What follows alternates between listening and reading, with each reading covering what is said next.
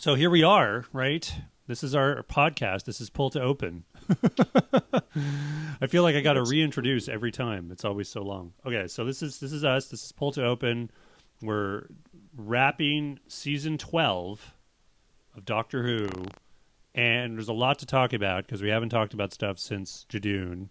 But we're not going to talk about everything. I mean, really, it's the last few episodes. And thank you for advising me to just watch the last three because I want to be totally honest about what I've seen and about my feelings about this series in general, which are that and this is a problem with Doctor Who in general. If it's not good, if I don't like it, it kind of almost hurts to watch it. Yeah, no, what You you know, mean. you think of the good times, and then you watch a show that really isn't living up to them, in your opinion, and it's hard. So I kind of stopped after Jadoon, kind of stopped a little bit before it, to be honest, but Sure. I was letting those episodes just stack up. Well, Uh, Jadun breathed some life into yeah, something. Like it wasn't flawless, but it was like we talked about Jadun. I liked it a lot.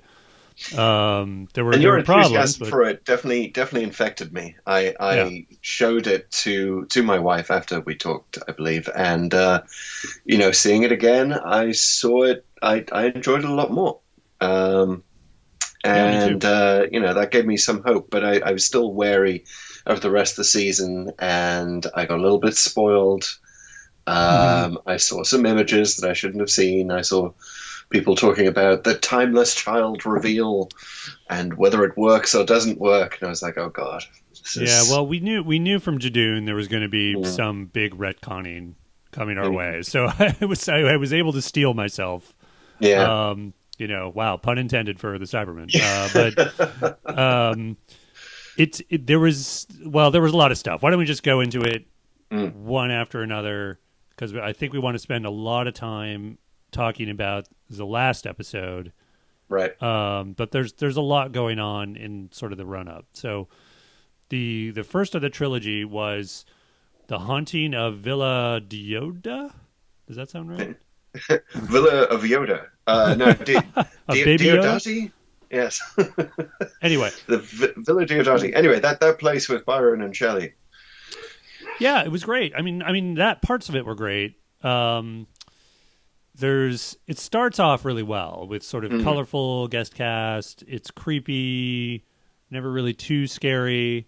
There's a lot of banter, but you're kind of hoping it's going to lead up to something that's pretty substantial, and then it's sort of like the first half is this nice little lead up, and then it's like all plot driven setup for the final two.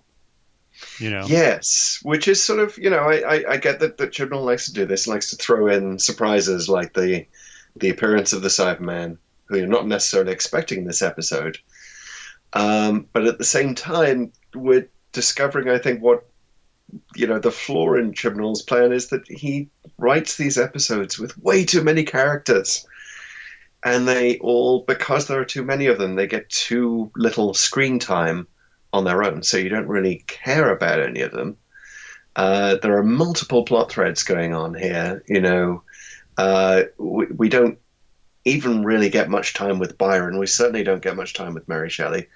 And then Percy Shelley appears, Right. and whereas we thought the episode was all about Mary Shelley and making sure she writes Frankenstein, she's completely forgotten, and Frankenstein's completely forgotten by the end of it, and you're just sort of left to presume that Yeah. she writes it based on the Cyberman. But Yeah. Exactly.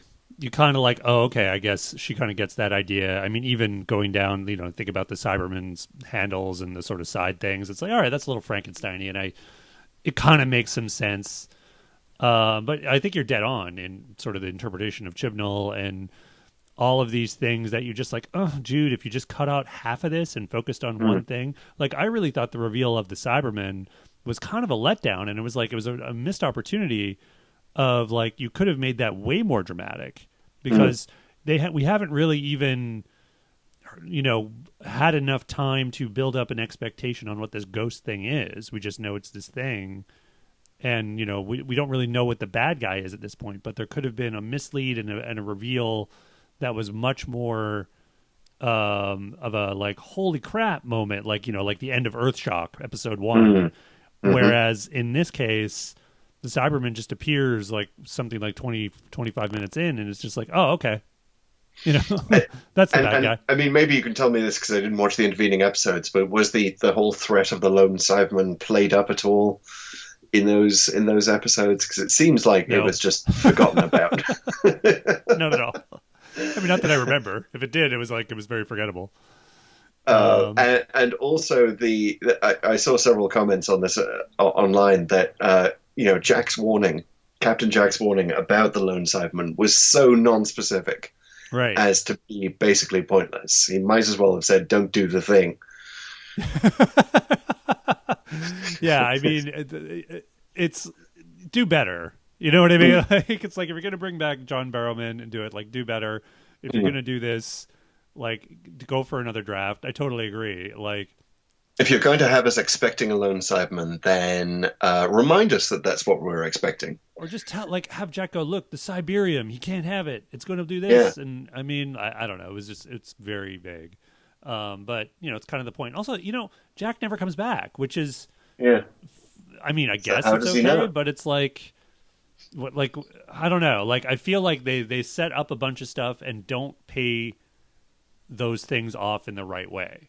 You know, and Jack is just one of those things. And all of this is sort of, it's kind of like the critique that people had about Stephen Moffat was it's all over the place, it's going too fast, and stuff doesn't necessarily get tied up.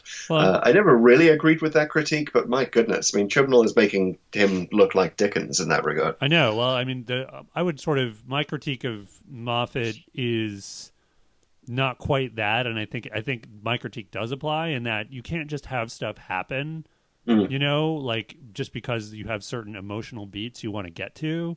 You have to actually earn it through story. And I see some of that in Chibnall just kind of interpreted differently. Like, I feel like he makes really bad and confusing story choices. Although he's probably as effective, if not more, in terms of like me thinking, like I really like the performances and I really like where you're going with this, and it almost doesn't matter.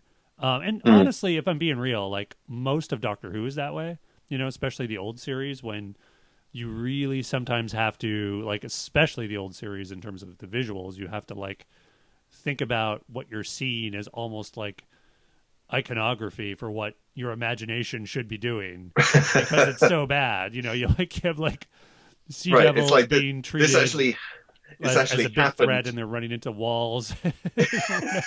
Like, okay, yeah, this is just the BBC's attempt to recreate what actually happened out there in the world of the Doctor. Yeah, and the BBC is doing it on small budgets. They can't get it how it actually happened. Yeah, that's sort of the approach. So anyway, back to the Mary Shelley episode. So I feel like the quote unquote dilemma at the end. So the Doctor has to, do I give the Cybermen what they want, or this Cybermen thing? I thought it was a little weak. It was like this thing where she goes like, if I don't do it, Shelley dies, and he's a writer, and his influence that'll change your history. I just thought like, is that really the point? Is your point that if he wasn't a writer or he was a nobody, it'd be okay? Yeah, just let him die. I mean, like, And also internally, the episode has given us no reason to care about Shelley. He's absent. Yeah. For the entire thing, and we're supposed to care about him. We've been made to care about Mary Shelley a little bit, but now suddenly we're caring about her husband. And there is a potential through line, like the Doctor's saying that if he dies, then that sort of affects human history, and you have to really jump through some hoops, even as a literature major, to understand how that happens. And I've seen. People have talked about this notion that Percy Shelley his writings became influential eventually in the nonviolent movement.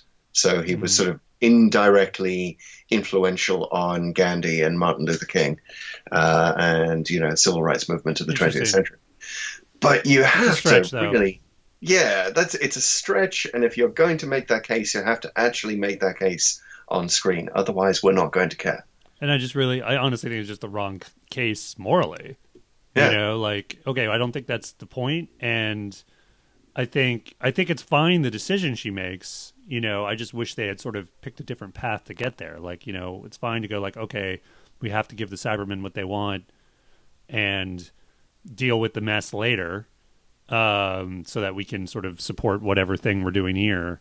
Right. But, I mean, a stripped down version of that episode, you know, perhaps with fewer companions. That's sort of an ongoing theme of our discussions here, that this Doctor needs fewer companions, but also fewer people present at the villa. Yeah. There are just too many, you know, if we just pared it down to Mary, Percy, and Byron, you know, get the love triangle in there, perhaps with the other, Byron's other girlfriend, whose name I'm forgetting. Yeah, well, exactly. You forgot her, Belmont. and she has at least a good moment. And I got to say, there were a couple good, you know, I can get behind the feminism of this episode. I thought it was quite good. I really liked. I don't think we've ever quite had the Doctor quite so, or Jodie Whittaker's Doctor quite so directly, you know, confronting direct sexism against her when he's like, you know, which I thought was actually a really good moment where he's like, oh, can I just say you're lovely when you're in a crisis or whatever? She's like, no, that's actually really not cool. And I like, okay, yeah, that's some good sort of modern feminism coming out in this moment. And it wasn't too wrong, you know, I mean, that he's acting as allowed of that period. And Yeah, he's she has the acting as right Byron response. would. And that would have been fantastic had they sort of stuck to that. But the fact that the episode ends with Byron giving a great dramatic poetic sermon, and you know, Mary Shelley sort of silent when it was never really Byron's episode, and that was sort of the whole point. Yeah. It just, yeah, it's like, did you decision, write right? this on 3 different days and forget what you'd previously written? Is this a consequences game? You know, the parlor game where you turn over the first piece of paper and, you know, your first paragraph, and then someone else writes the next paragraph. It really feels like that. It was so disjointed. Yeah, and man, that ending, holy slide whistle with the ghosts, or quote unquote ghosts. I mean, there's a point where, you know, Graham is just like, hey, what about the kid and the maid or whatever? What? Like, what are you talking about? And it's like, oh, were they really ghosts? We don't know. And it's like, okay. Like, right. First of all, they were just around. They didn't do a single thing except appear in front of Graham. And it's like, maybe, what? Like, who thought that was a good idea? That was a good story thread. Right. I was just, my mouth was agape at that one. Like, this is ridiculous. Why did they have them in the first place? Yes, there are so many ideas that shouldn't have made it past the drafting stage in this, or should have been pared down. And I don't know what it is. I mean, if you watch certainly the first season of Broadchurch, right, you can see that the Chibnall is pretty good at pacing. Yeah. And he gets sort of the sense of giving a drama room to breathe, giving us time to get to know the characters and to care about the characters. You know, he gets that on a fundamental level, and I don't know why it isn't being applied here. I don't know what part of the process is preventing him. Well, I mean, it sounds ultimately like the difference between episodic and serial TV, right? So, I mean, Doctor Who at its core is episodic, and, you know, they're jumping from thing to thing. So I feel like in an episode like this where, you know, again, the guest cast was very colorful. All the actors seemed very capable. And, you know, you've got the sense of a round character behind each one of them. Like, you can't, you know, rush a whole season of Broadchurch in one episode, right? Which sounds kind of like what he's doing. He probably has all these great ideas to execute on. And it's really like, dude, it's the 5-25 rule, right? I mean, sure, you have 25 great ideas. Pick the 5 that you can really focus on and really throw out the rest. They're going to be great, but like they're just, you know, wisps in the wind, just bad ships passing in the night, whatever. Don't do them. Yeah, I sort of feel like Chibnall would have done very well in the old in classic Who, you know, if the Haunting of Villa Diodati had been, yeah, exactly, if it had been 4 episodes at least, yeah, he could have had room for all of this and maybe then we would be wondering, well, who were those ghosts and how are they going to wrap that up? And then it might have been a cool sort of shiver down your spine ending to say, well, ghosts are actually real. Yeah.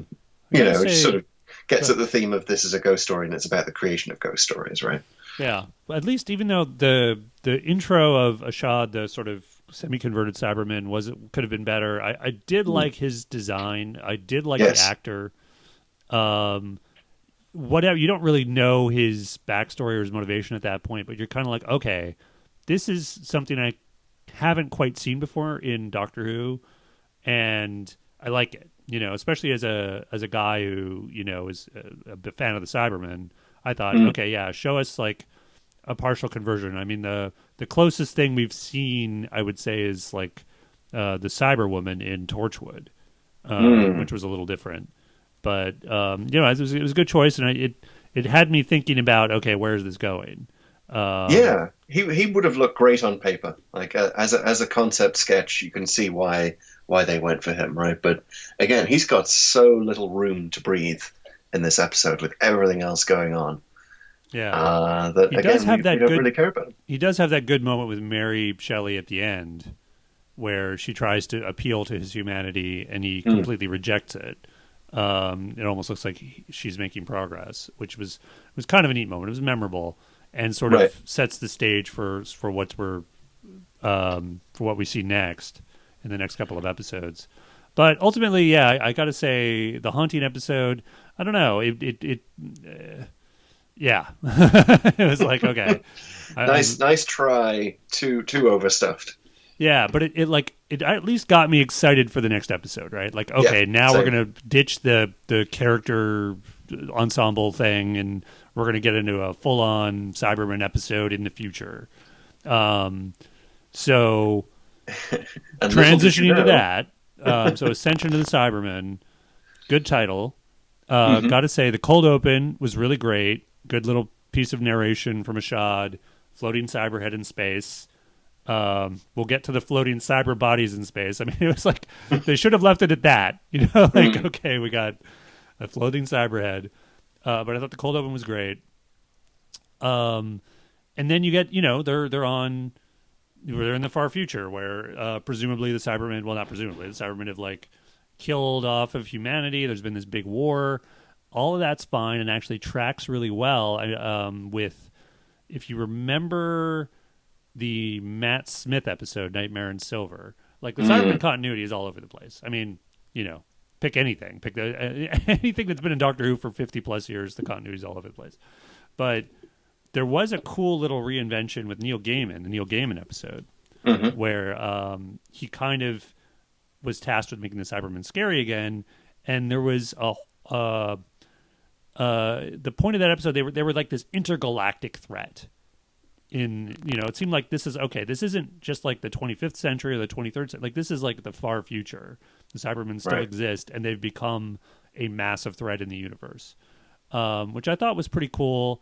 They never really followed up on it, but this is like one of the first episodes to kind of like directly acknowledge that the Cybermen sort of exist far into the future and have a big empire, and they're constantly a threat. It doesn't really track with some other future history we've done, but it was good.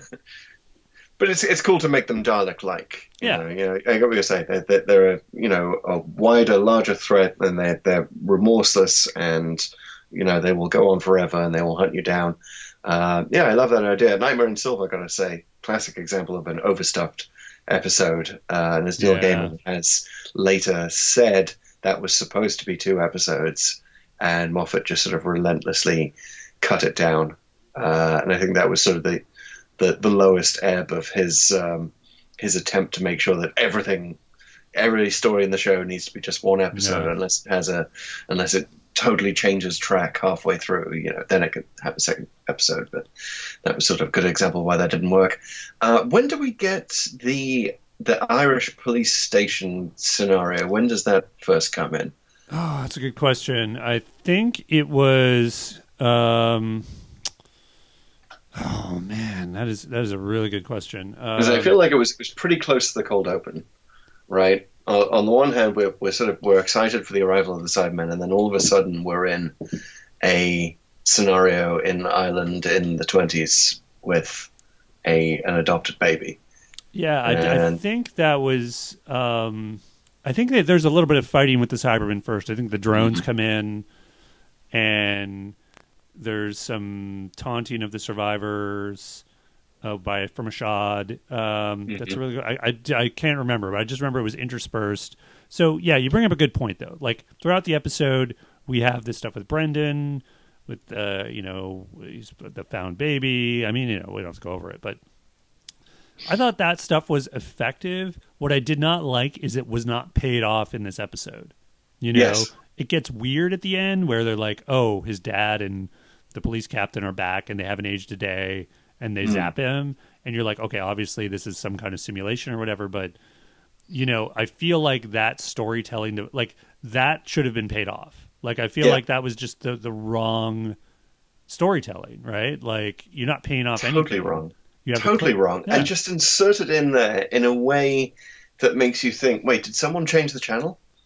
Am I still watching the same show? It just, this would, if I was watching this live, it would be like, wait, did the cat just step on the remote? Because it makes no sense. Why are we watching this? Okay, so they found a baby, and you're assuming that this is going to tie in somehow to the other story that we are watching on the screen.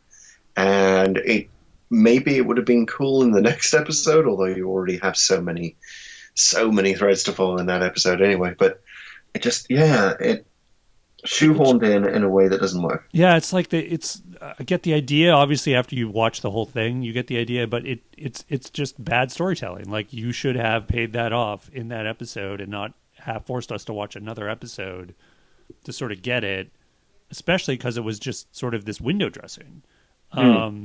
Yeah. So and we have limited. I don't want to say limited brain power. I feel that people can absorb much more complex stories than showrunners often give them credit for. But we have a limited amount of care. Right. Dead on. That's a good.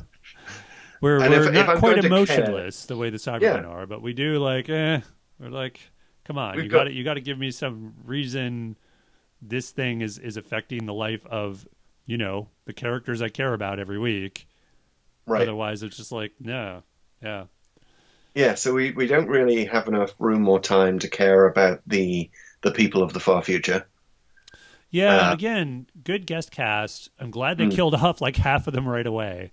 Which I got to say, okay, I thought the beginning, honestly, the whole backstory of this far future is a bit confusing. So we're supposed to believe this is pretty much the last 7 humans in existence. I mean, they hedge a little bit with the dialogue. Okay, fair enough. But this is the last 7 people. And then these 2 cyber shuttles come. And the implication is that both the Cybermen and the humans are on their last legs, right? That they've killed each other to the point where there's only a few left on each side. Which kind of doesn't make a lot of sense. Usually wars end with sort of more of a decisive victor someone's more on top, but okay. The whole first sequence of the humans getting hunted down is giving a very strong impression that the Cybermen are powerful. And were you also thinking when I was watching that these cyberhead drones come in and zap, zap, zap, and then they just stop? And it's like, well, wait a second. What? You were doing great. Why did you turn around and leave? You just killed 3 of them. You only have 4 to go. Yeah, and it's that they're supposed to be remorseless. They're supposed to be relentless.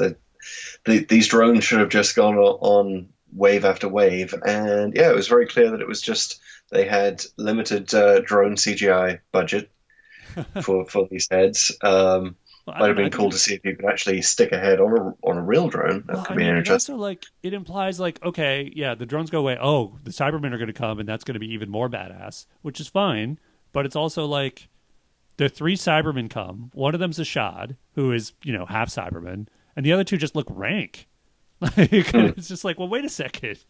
Okay, are the Cybermen powerful or aren't they? They clearly have 2 very well functioning shuttles here. good drones, and then it's like, oh no, wait, there's only 3. So are these the only 3 Cybermen left? Is that sort of the implication? Because Ashad's with them, and then I thought, well, wait a second, what is Ashad doing here?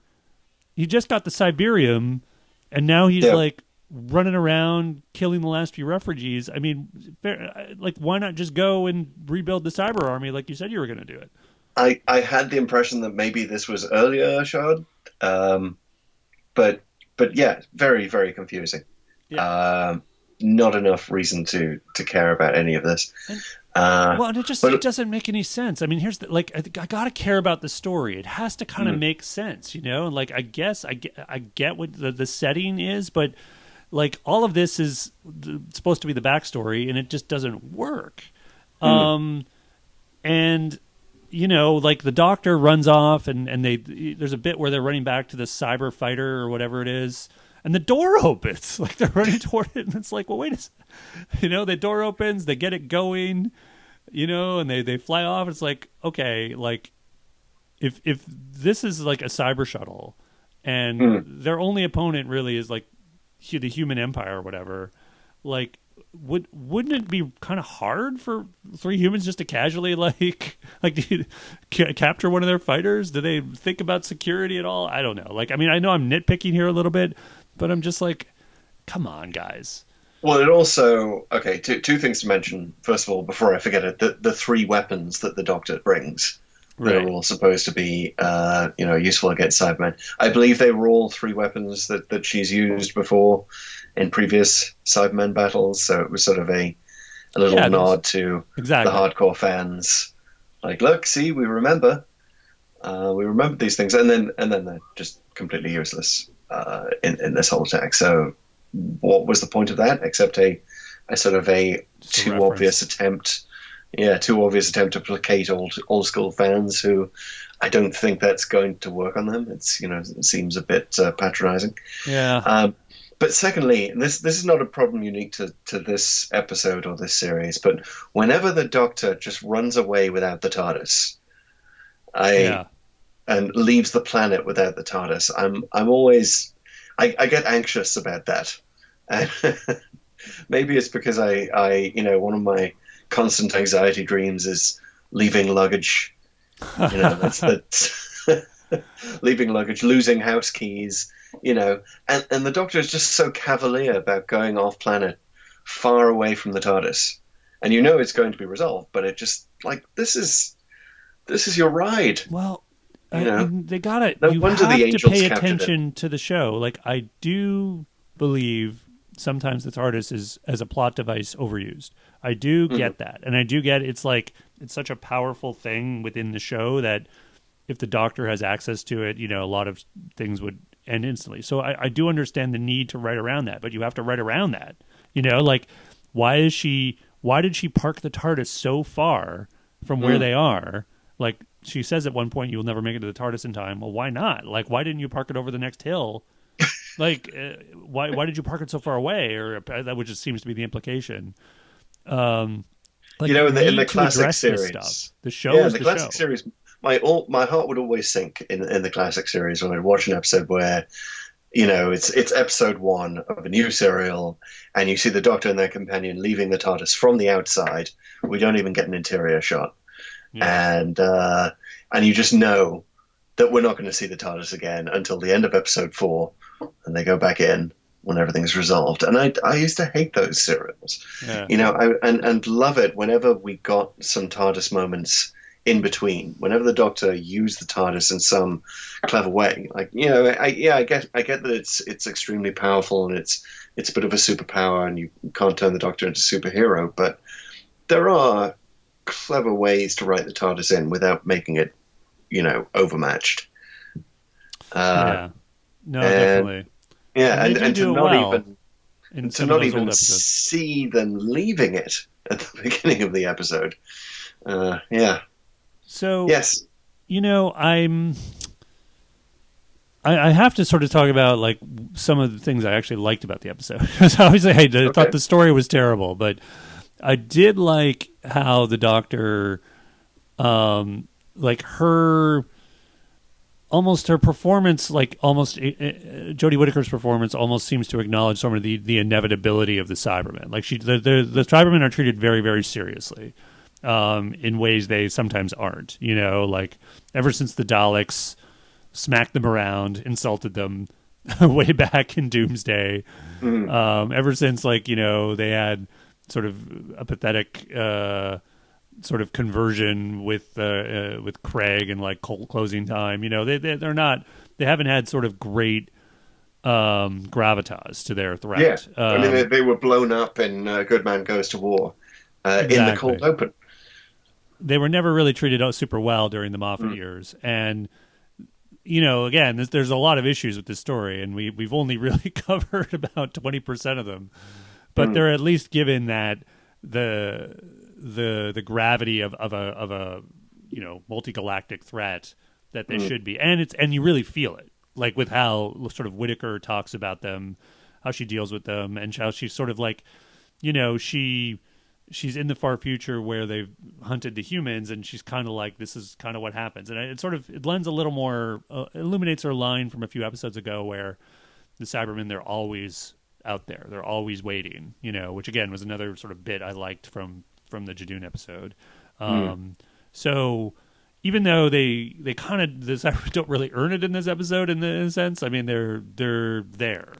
Because again, at the end, even though they're given all this weight, you have this big cyber army on this carrier running after, you know, Graham and everyone else who's there, and you know they're basically stormtroopers, right? They're like shooting and they're missing, and you know, I'm kind of okay with stormtroopers missing because you know they're actual guys in there, and maybe they all just, you know, didn't show up for target practice when they were getting trained, but like machines should not miss really that much. And they do. And of course, you know, I get the sort of need, but again, you should write around that sort of thing. Also, did you wonder, like, okay, so they, Graham and Yaz and the other 2 or 3 rebels sort of crash on this cyber carrier, and they're all like, hey, we can take this thing to Koshamis or wherever and go to the boundary. Yay, yay, yay, we're saved. And everyone's so cheery. No one's thinking, like, maybe there's some Cybermen still on board and we should check that out. Like, until they actually do, like it was just so weird. Yeah, motivations are all over the place, and suddenly we're talking about Koshamis, and that's like it's too much to keep track of. Yeah, in your head at one time. And in the middle of it all, like they introduced this death particle. Yeah, which is like, do you need the death particle? I mean, we ultimately need it at the end of the final episode, but like, you're just like, come on, guys. Yeah, it's Doctor Who Mad Libs. Yeah. It really is just that there are too many blanks being filled in by random things. Yeah. So, anyway, speaking of Koshamis, man, like, it's like this guy, like, came out right out of central casting for, like, whatever role would have gone to Charlton Heston in today. Like, you know, it was like, what? Like, this guy, like, I mean, he was just, I don't know. Like, I thought he was so stock that there must have been something sinister about him. Like, maybe that was an intentional mislead. Yeah. Well, like, that actor, I forget his name, but he's so great in Derry Girls. Have you seen that? No, I have not. Highly recommend that. A hilarious Netflix comedy set in Derry / London Derry during the Troubles in Northern Ireland in the early 90s. And he plays this, the Catholic grandfather who just hates his son, and the whole implication is he wants his son to die throughout the series, and it's just, doesn't think his son is worthy. His son-in-law rather is worthy of his daughter. Nice. But he's such a great character and so well drawn and played with such an extremely Irish accent that it was bizarre to see the same guy here, suppressing his Irish accent and just kind of doing this very rote, generic role of old man, last survivor of humanity in a rag-strewn outpost at the edge of the galaxy. It feels like a waste of a very good character actor. Yeah, I'm Yeah, I mean, I had to actually rewatch it to sort of remember like what his point was and what he was doing. I kind of knew he was the guy that ushered people through the void or the portal or the boundary or whatever they called it. Mm. And then honestly, like I completely forgot everything he did until the very end of the final episode. And it was just he's there to do a thing, right? He's not like a real guy. And I gotta say, I'm looking at my notes for this episode, and they increasingly turn to all caps as we get toward the end. It got so frustrating, and I'll give the episode credit for getting me invested, so that I was like, "What?" But like, there's this bit where Ashad and the other two rank-looking Cybermen are freeing the sort of battle dress Cybermen. I forget what they call them, warrior class. I don't know. And they start torturing them or something. Yeah, and it's just like the whole purpose was for that line of like, who is so evil that they can make a Cyberman scream. Yeah, and I go like, I wrote in all caps, what the hell are Ashad and co doing to the Cybermen? And it's like, it's just for that line. Like, it doesn't alter the Cybermen's behavior in any way. Like, it doesn't, like, it's like, what are you doing? Like, it doesn't make any sense. Like, torturing them to bring them back to life. But I mean, they were already awake. Like, they raised their, like what? It's really just a mood thing. And you can't do that.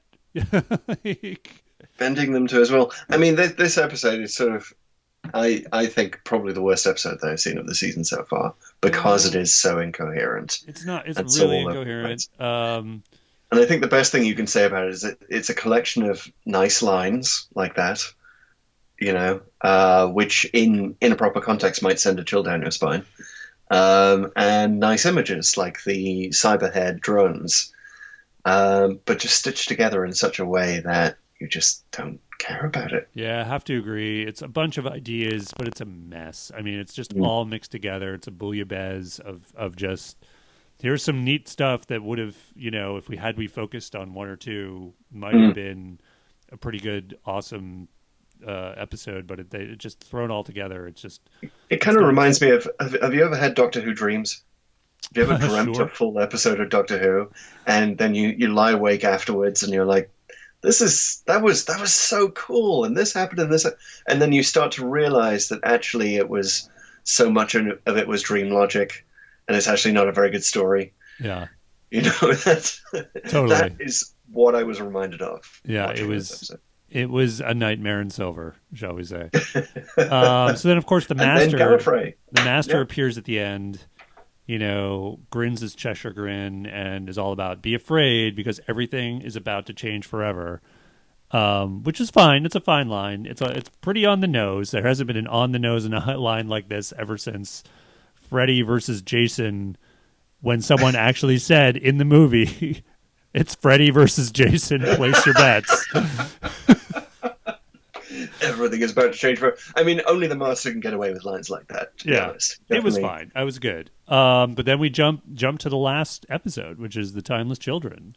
Well, we also, I mean, we should mention before we leave the Cybermen episode that the, Coach Harmer says that the boundary, he didn't see that through the boundary before. Gallifrey, right. And we don't know whether he means Gallifrey or Gallifrey burning. Right. So again, that is completely up in the air and weird. Interesting. And how did the boundary just change? And it just sort of, makes my head hurt. It makes me wonder, like, honestly, I really thought this was going to be part of the payoff. Like, what was the boundary in the first place, right? Like, where did everyone go? Which we never really find out, as I recall. And they're all sort of presumed somewhere. Right. I did wonder after that if they were all supposed to be, this is the remnants of the human race actually founded Gallifrey. Or I was actually thinking something even more sinister, that this guy was either working for the Cybermen or the Master. Right. And like just sending these people to die or to be converted or something terrible. But you never really find all that. And then, so anyway, then we jump to the next step, and it's all about, changing everything forever. So do you want to just cut right to it? Do you want to just cut through the reveal and like talk about our feelings? And all the cyber stuff, whatever. Ashad being shrunk, actually, I kind of liked because it was unexpected. I mean, in the previous, I know we just stopped talking about the previous episode, but the previous episode when they like, oh, there's a derelict cyber freighter here or whatever, like it made the whole last 20 minutes really, really predictable. And at least, I like that Ashad getting shrunk just sort of 20 minutes in, like, okay, whatever. We're done with this guy. Yeah. The master's I love the real that the villain master's here. into shrinking things again. That's cool. I love that he didn't know if it was going to work or if the death particle was going to go off. So you sort of get the sense that he has that death wish. And I love, one last thing on the Cybermen. I love the design of the cyber Time Lords. Oh my God, it was so great. Yeah, it's too bad they were like didn't really get anything to do other than regenerate one time, and they I don't think they even had any lines. The Cyber Masters were pretty inspired. I was like, okay, this is actually not a terrible plan. Yeah, and it looks, again, another thing that would have looked cool at the design stage. Like, yes, Cyber Time Lord, I am in. I could see someone like drawing that as like doodling it on the back of a notebook and just like, I've got to do this, at some point because it looks too damn cool. So yeah, it was fine. But like, okay, we'll get to the sort of how we feel about the big reveal, but structurally, I didn't like the episode just because it puts the Doctor, she's just this sort of passively, and I realize there's a lot of exposition, but I mean, and you got to get through it, but she's sort of in this very passive role through a good chunk of it. Yeah. And she's just kind of sitting there or standing there, and the Master's just like, all right, here's all the secrets, or except for where you're from. So structurally, that didn't really work for me. And I also just didn't like the end, her final decision, and they're basically like, okay, you could kill us all right now with the bomb or whatever, and or you could not, like it's the same decision she was forced to make way back in the first season with Chris Eccleston, except it was the Cybermen this time and not the Daleks. Kill us all, and that was really good. This didn't feel right, and then someone else comes in and blows up everything, but she doesn't even she just kind of like passively, I guess, hands it to Koshamis and like, I guess my hands are clean now. Yeah, and which is like morally is really uncomfortable, but it also I mean, not to nitpick again, but as a set piece, as an action scene, it makes no sense at all. Like they're just letting people run in this room and no one's grabbing anybody and no one's shooting anybody. Like, at least under Davies, they made some attempt to do reasonable reactions of people. Like I remember in Journey's End, when the Doctor and everyone are in sort of prisons and people are running in trying to do these last minute rescues. There were people getting zapped, or shot and thrown into prisons immediately before they can actually do anything. Whereas this is the cyber masters are just kind of standing around while so and so comes in and is going to just blow up the whole planet. I mean, okay, I guess. Maybe enough of that Time Lord non-interference has seeped into their souls. It just another decision that just doesn't hang well and is kind of weird, and you're still trying to process so many other things at that point. Anyway. Not least of which is we should probably deal with the fact that the reveal of what the whole Irish police episode from the previous episode was. Oh yes. Because that is one of the things that you're trying to figure out. In your head as you've been blown away by this timeless child reveal. I don't think stitch this together. I honestly don't think the episode explained it that well because I didn't really I kind of got it, but then I had to sort of read online after. Oh, okay, so that was the Matrix shielding stuff, but then you're well, wait a minute, why was it Irish? Yeah, apparently the Matrix had just read some James Joyce and wanted to. It reminded me of a book that, what was it called? The Third Policeman, Right. Flann O'Brien. I mean, maybe that was it was a reference to that, but I don't know. My goodness, why? Why? Someone else pointed out that Doctor Who has apparently never visited Ireland throughout its Oh entire wow, run. not even for those sequences. Yeah, because it wasn't even, well, it wasn't actually shot there, but Sorry, also Ireland. wasn't even real. It's just Ireland is just a metaphor now, Oh no. um, and it's a metaphor for the Doctor being forcibly regenerated multiple times Well, as the and Timeless Child. having his or her memories erased sort of Mm, on a regular basis. I'm not sure if the implication is this has happened many times or if it's only happened once.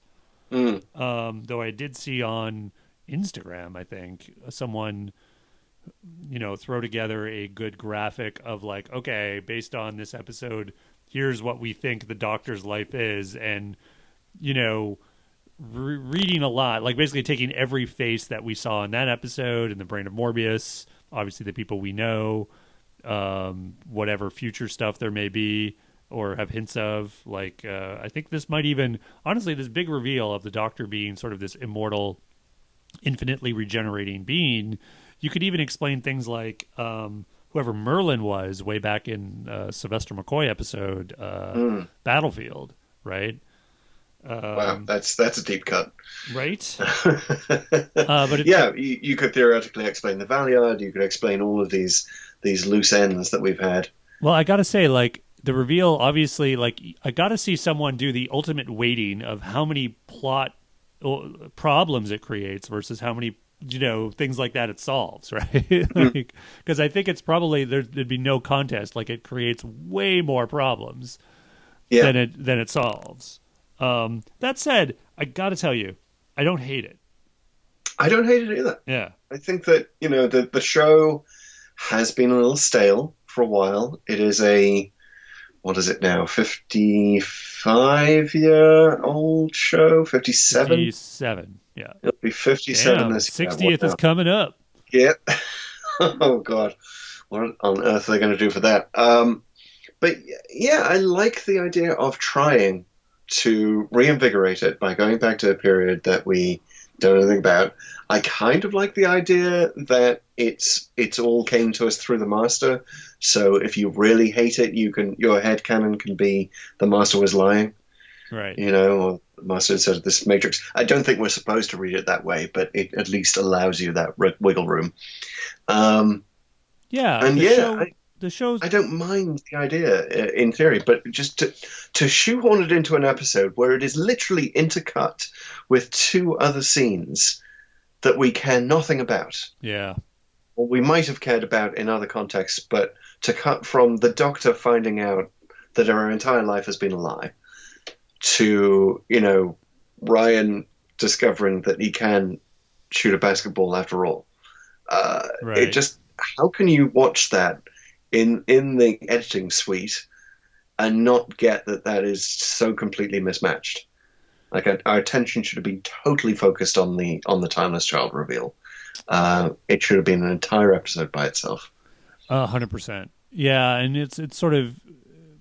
I mean, it's the crowded TARDIS wouldn't be so bad if you had someone who could focus, who Mm. was sort of really guiding it. But it's really this. Most episodes are just this kind of grab bag of just throwing everything in. This one included. At least it consciously, killed off a couple of those, like with Ashad getting sort of shrunk halfway through. But yeah, I mean, I got to say the whole reveal. To your point, yeah, I totally think it's okay to go back to the show's core source code and see what you can sort of change up, because it's like Mm. we already saw. I mean, over 50 years, but we had 50 years of 12 or 13 doctors regenerating. We had these rules. He only does 12, and he got another cycle ostensibly at the end of the Matt Smith era. Mm. And is it like, okay, we just keep doing that? It's a franchise. It'll probably exist for another 100 years or whatever. But I like the idea of like going back and like, okay, no, that's actually not necessarily what we're going to do. Like we'll keep going, but in different ways and telling stories differently. And, it doesn't make everything okay in terms of like all the weird liberties they took, the Master now being bad again when they sort of did a lot to sort of with the Capaldi Doctor and trying to rehabilitate that character. So I respect what they're doing. I don't hate the decision and even what they did. What I don't like is that Chibnall doesn't really seem to have that same reverence the way Davies did for what had come before, even though he's clearly done his homework, right? Like, there were little clips of the Brain of Morbius and all that stuff. Yeah, I saw that and thought you were going to be pleased at that. Yeah, I was. I wish I was more pleased. And it was like at that point it became kind of almost obvious what they were doing, and so Yahoo, I was right, but it's more like Davies when he'd do these sort of off the cuff references. I don't know. There was just seemed like there was more respect there. There was more. I want to get there, Chris. You're not leading me the right way. I don't like the journey, and I should like the journey. Well, Davies made the big, show-changing decision to kill off most of the Time Lords, right? Yeah. And that was very slowly revealed over the course of the first few episodes. The Doctor was now the last of his race, and we started to learn about the Time War, and then in Dalek, we start to get more details, and that's the right pace, right? That the show has got something big to tell us old school fans about what has happened while the show has been off the air, and it knows that we can't swallow it all at once. And if the Timeless Child had been done at that pace, I think that we would be able to accept it a lot more. If it had been over the course of a season. But it's really not. We get one mention of the Timeless Child in Jadoon. There was another one. Wasn't there one in Jodie Whittaker's first season in Ghost Monument? Maybe. I don't know. I feel like it came up earlier, but it just sort of very quickly gets forgotten. So I feel like he's taken the wrong lesson from the Last of the Time Lords reveal, and he's also sort of taken the wrong lesson from how skillfully Moffat inserted an extra Doctor with the War Doctor. Which is now this is now I have carte blanche to just introduce old Doctors willy-nilly and completely mess with the whole regeneration history, which is fine if you're going to do it. Just build up to it. Well, and also convince us you've thought about this from every angle. Yeah. Like you can't just sort of go like, I like what I'm doing, I'm going to focus on these things and someone else can figure out the rest. Like, even if you don't end up using all of the stuff, like convince us you've thought about it. Like, and that's, there was a lot of online chatter about this is him picking up the baton of the Cartmel master plan, so to speak. But I think, I don't know. I'd have to look at interviews, but I mean, Andrew Cartmel sort of knew where he was kind of going with it and knew what he was, how to sort of reconcile and respect what had come before, because you can't just like ignore it, like and or sort of pick what you like and especially stuff that the fans have invested in over such a long time. Like, I don't know. I have complex feelings about this episode because, again, I do want the show. I'm a fan of reboots. I'm a fan of retconning when you can do it. I just don't think he has done the care to do it. It's not something you should do lightly, and he feels like he's done it very lightly here. Yeah, the Cartmel master plan was a master plan, right? And it was, right, yeah. The Dalek master plan took 12 episodes. You've got to invest a lot of time in making this happen, in revealing this, and it was supposed to be a multi-season reveal that was cut short by the death of the show. But yeah, Chidren has tried to do a multi-season reveal in one episode. Yeah, and not even that, in 1/3 of one episode, while intercutting to completely pointless scenes. And it just, I mean, it's staggering Yeah. that he thought that would work, and that he thought that we would need something to cut to because this isn't interesting us enough. But we were texting a little bit before, once I'd actually seen the episode, and I said I think the word here is salvageable. Right. And I do believe that, and I don't hold out much hope now that this is going to happen.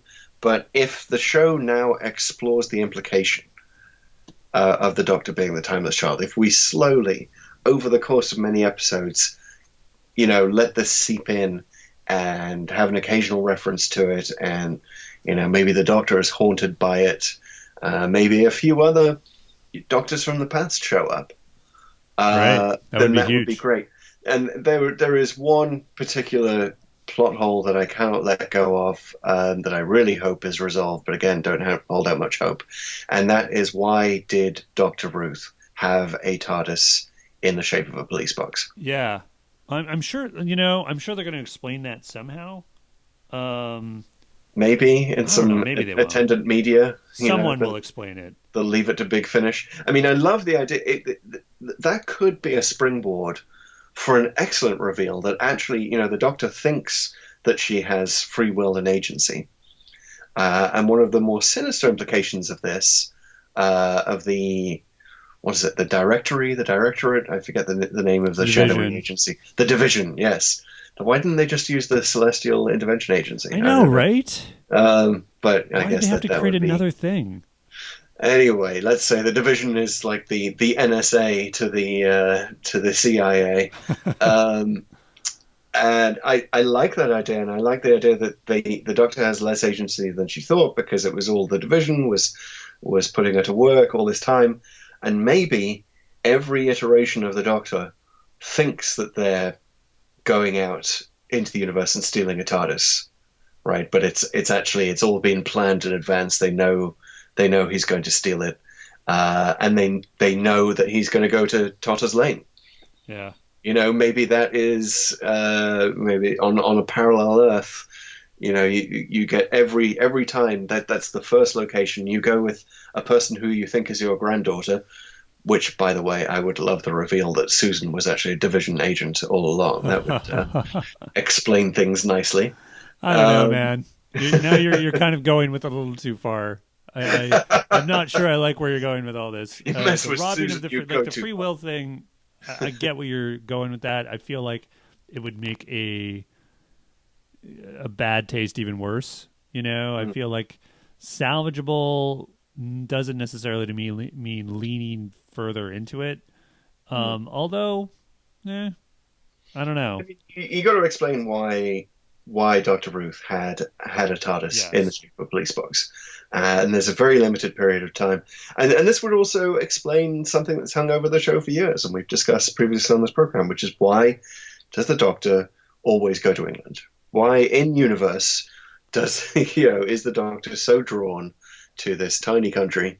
And the idea of it being a starting point for all Division agents known as the Doctor, I like that. We never had it explained why the Doctor went to 1963, Earth, Totter's Lane, Cardiff Rift, but then why not Cardiff, right?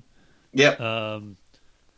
Yeah, I'm very split on that. I'm all of the school, like, some things don't necessarily need to be explained in show. I think, and this isn't. This is actually from Star Trek, but it's like the whole idea of like the Klingons changing appearance. Yeah. Like they did actually explain that, I believe. They did actually end up explaining that, but it was probably not at all necessary to do. Like, it was like, you don't have to do it. Like, I mean, I get it. Like, there's a very practical reason why they do look different, but it's not necessarily. I don't think there's anything to be gained by doing a big explanation of it, especially since any explanation kind of doesn't make any sense on some level. They were supposed to be mutants, weren't they? The human-looking Klingons. The problem was, I mean, okay, I don't want to get down this. Like, there were problems with every interpretation because of sort of casting decisions and stuff. But I don't know. I'm very like, I don't know if this is something to be at this point enhanced or fixed, I guess is my problem. You know what I mean? So would you rather that they ignored it altogether, or you just want a few things tidied up? No. To me, this is a similar problem of the Valyard, but of a much larger scale. You know, where the Valyard was like, okay, this thing, which is a huge continuity mess. There was actually a pretty explicit rule, I believe, in the intervening years that you just don't talk about him. I think there was one book actually broke that rule, maybe a couple, because it was just like, no, leave it. And so this is equally a continuity mess of a bigger scale, which how much, I guess it adds a bit. Like, I mean, I'm just like, there's the bit in the episode where Whittaker, essentially, how she breaks out of the Matrix, she makes sort of a definitive statement about knowing who she is and that she needs to, regardless of her past, she needs to do what's right now. And which is good. It's kind of the inevitable conclusion for the hero character. So on the show level, does it really change, like, structurally what she does? She's still going to be running around, saving planets, doing stuff week to week. So no. So the show kind of can't ignore it, right? And on just to sort of get by, I don't know. I figure there's going to be some retconning again when the next showrunner comes in. Not necessarily reversing everything, but kind of making it, the whole master lying thing. I think that will probably have that option. That option is out there, but then you're sort of then you have to explain Dr. Ruth still, even if the doctor was lying. Well, I mean, I wonder if anyone told that actor, you know what you're in for now. Who's the actor? I don't know who played Ruth, but she's going to be doing big finishes. She's going to be doing guest cast.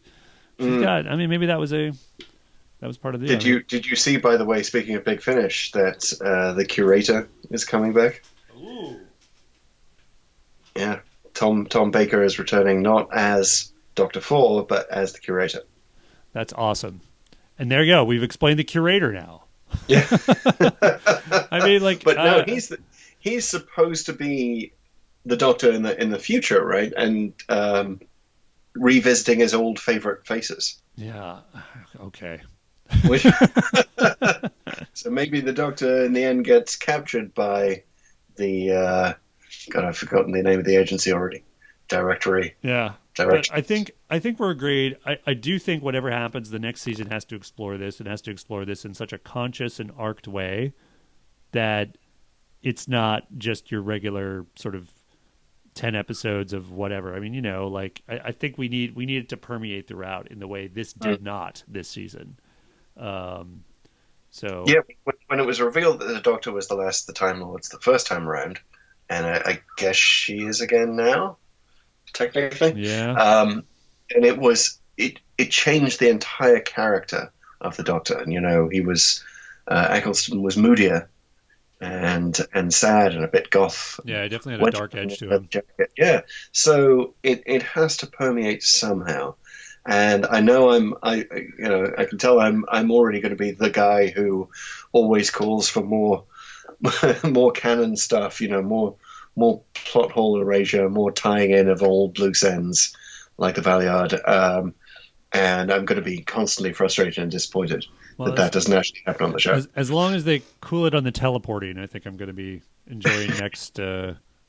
Well, it's kind of an interesting start because she's like, she's got she's in prison now, so yes. I guess they got to deal with that. And the next episode's a Dalek episode. Yeah, and she's picked up the old habit of saying "what" when stuff breaks into the TARDIS, which is another nice RTD reference. So, okay, so yeah, salvageable. We'll see what happens. So ultimately, what did you think? I mean, on this last sort of trilogy, do you wish it hadn't happened? Or are you... I wish it had happened over the course of, let's say, 10 episodes. Because there was so much going on that it really needed more room to breathe. I think you could probably erase the lesser episodes of the series and make it less episodic and more of an arc and stretch it out a little bit more. But yeah, my immediate response was just, I'm exhausted. I need to lie down. I need to process just what happened, and I also just need to, like, you've made my brain work too much in making me try to care about so many characters and so many reversals of fate. Well, but Doctor Who's got to move forward, and I appreciate that it's doing so, and rather that than it not being on screen at all. I don't keep watching, but I do almost feel like it's going to move forward without me in some ways, and like it's a little bit like I want to be excited about a new season. I'm kind of anticipating the next season with gritted teeth, right? Like I'm like, I hope it's good. Like, I mean, like this was kind of okay. There were some moments, and I like the ideas, but I'm like, I don't know. I often go back to some Davies episodes and even some of the early Moffat stuff with Matt Smith, and my wife and I watch, and she often comments like, "Oh my God, this show, it's so different. Like, it feels so different watching these old episodes. They're so much better." She says that all the time. Like, and I'm like, yeah, they were. Like I do think that most of the Moffat era will be seen as classic in retrospect, and I've long thought that. But yeah, maybe we have to start talking about how everyone's got their Doctor that they started with, right? It's usually their favorite Doctor. Yep. That to them is the Doctor. For me, it was Tom Baker. Yeah. But you also, I feel like everyone has a point where they tap out, and maybe they tap out temporarily. For me, it was Time of the Rani. As soon as we didn't get a proper Colin Baker regeneration, and I was not a Sylvester McCoy fan. He was very much, for me, connected with British kids shows of the 80s. He was all over BBC in the 80s, so he was just inextricably linked with those roles. He didn't feel like the Doctor to me.